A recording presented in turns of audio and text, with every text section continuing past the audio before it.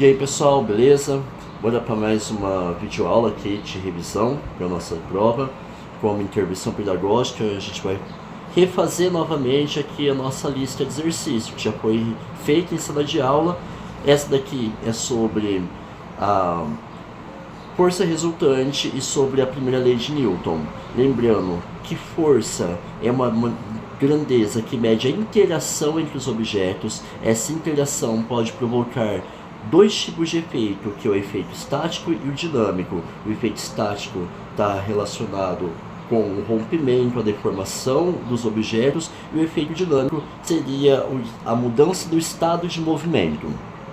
Força é uma grandeza do tipo vetorial, portanto ela possui módulo, direção e sentido. No caso, a direção e o sentido a gente vai representar através de setas, como mostrado aqui nessa figura, onde o homem está puxando uma caixa através de uma corda. Nós temos a força peso, com a direção vertical sentido para baixo. Nós temos a força normal, que é a força que a superfície exerce sobre o objeto, e essa força é perpendicular à superfície, nesse caso com o ângulo de 90 graus.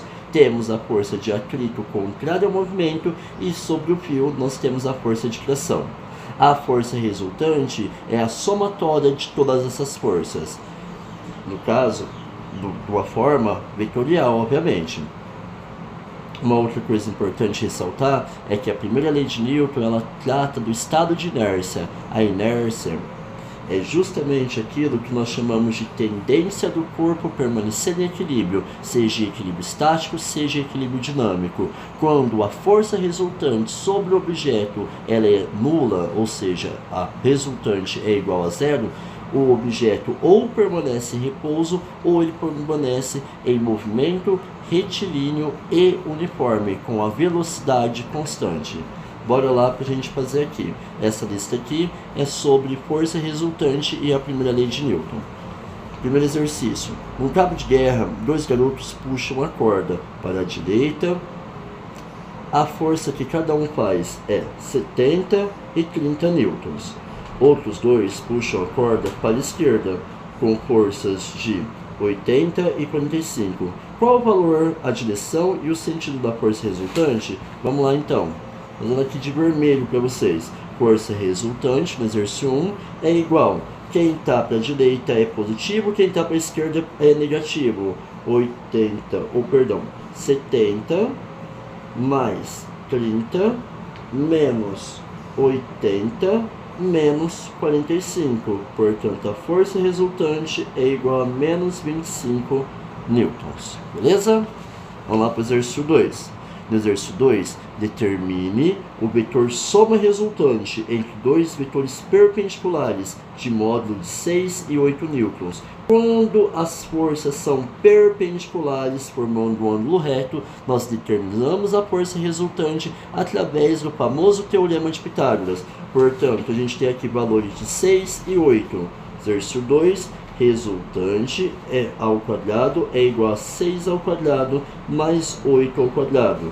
Resultante ao quadrado é igual a 36 mais 64. 36 mais 64 dá 100, e a raiz quadrada de 100 é igual a 10. E aqui a gente determina a resultante de um vetor que dois vetores são perpendiculares. Não se esqueçam disso. Exercício 3. Exercício 3 fala assim: um barco recebe de seu motor uma força de intensidade de 8 newtons para a direita, então positivo, e ao mesmo tempo sobre ele age uma força de intensidade de 2 newtons para a esquerda, nesse caso negativo, devido à correnteza do rio onde navega. Qual será a intensidade da força resultante dessas duas forças em newton? Então vamos lá, pessoal. Exercício 3. Nós temos o nosso barquinho aqui. Esse é o nosso barquinho. Para a direita nós temos 8 newtons e para a esquerda nós temos 2 newtons. Eu já ia colocar a resposta aqui. Então a resultante é igual a 8 menos 2, e a resultante é igual a 6 newtons. Para o exercício 3, a resultante é igual a 6 newtons. Exercício 4. Indique a força resultante de cada um do vetor abaixo. Então vamos lá. Aqui a gente tem 3 diferentes vetores. Aqui a gente tem F1 e F2, ambos com a mesma direção e com o mesmo sentido, e o sentido foi no sentido positivo da trajetória. Os valores são 3 e 2. É igual a 3 mais 2, que é igual a 5 newtons. Na letra B, nós temos 2 vetores, o F1 para a esquerda de 2 newtons e o F2 que é uma força de 3 newtons para a direita. Para quem está à direita é positivo, para a esquerda negativo. Força resultante é igual a 3 menos 2, que é igual a 1 newton.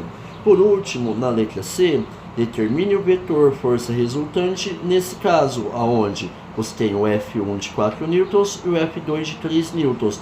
Aqui nós temos 2 vetores que são perpendiculares entre si, ou seja, a resultante é justamente a hipotenusa desse triângulo. Portanto, nós determinamos através do teorema de Pitágoras perpendiculares. Lembre-se, através do teorema de Pitágoras, nós determinamos o valor do vetor resultante. Então, de 3 e 4, 4 ao quadrado mais 3 ao quadrado. Resultante é igual a raiz de 25, portanto, o R é igual a 5 newtons. No exercício 5, analise o sistema de força e responda qual a direção, sentido, modo da força resultante nas opções abaixo, que melhor representa a força resultante graficamente. Aqui é justamente o anterior que a gente acabou de fazer, 3 e 4. Nós sabemos que a resultante é igual a 5. Eu já mostrei aqui para vocês que esse vetor resultante ele está na diagonal. Então, nesse caso, a resposta é a letra A. Por último, a gente tem esse daqui, ó. Em uma partícula atuam 2 forças de 50 newtons e 120 newtons, perpendiculares entre si. O valor da força resultante é, vamos lá, perpendicular, aplicamos o teorema de Pitágoras. R ao quadrado é igual a 50 ao quadrado mais 120 ao quadrado. Resultante ao quadrado é igual a 2.500 mais 14.400. Resultante é igual a raiz quadrada de 16.900, que dá 130 newtons. Está aqui a nossa resposta. Agora vamos fazer aquele exercício sobre as leis de Newton. Dê uma cortadinha aqui na nossa folha. Em 1543, Nicolau Copérnico publicou um livro relacionado às revolucionário, em que propunha que a Terra girando em torno de seu próprio eixo e rodando em torno do Sol. Isso contraria a concepção aristotélica que acredita que a Terra é o centro do universo. Para os aristotélicos, se a Terra gira do oeste para o leste, coisas como as nuvens e pássaros que não estão presos à Terra pareceriam estar sempre se movendo do leste para o oeste, justamente como o Sol. Mas foi Galileu Galilei que, em 1632, baseando-se em experiências, rebateu a crítica aristotélica, confirmando assim o sistema copérnico. Seu argumento adaptado à nossa época é: se uma pessoa dentro de um vagão de um trem em repouso solta uma bola, ela cai junto aos seus pés. Mas se o vagão estiver movendo-se com velocidade constante, a bola também cai junto aos seus pés. Resistência do ar desprezível.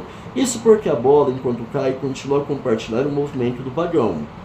No primeiro caso, se a força resultante é igual a zero, ela permanece em repouso. No segundo caso, a resultante ainda continua igual a zero porque está com velocidade constante e ela justamente cai sobre os pés por ter a velocidade do próprio vagão.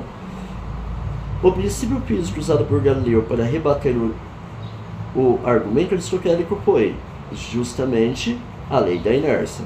Enem. Para entender os movimentos dos corpos, Galileu discutiu o movimento de uma esfera de metal em 2 planos inclinados, sendo atritos e com a possibilidade de se alterarem os ângulos de inclinação, conforme mostra a figura.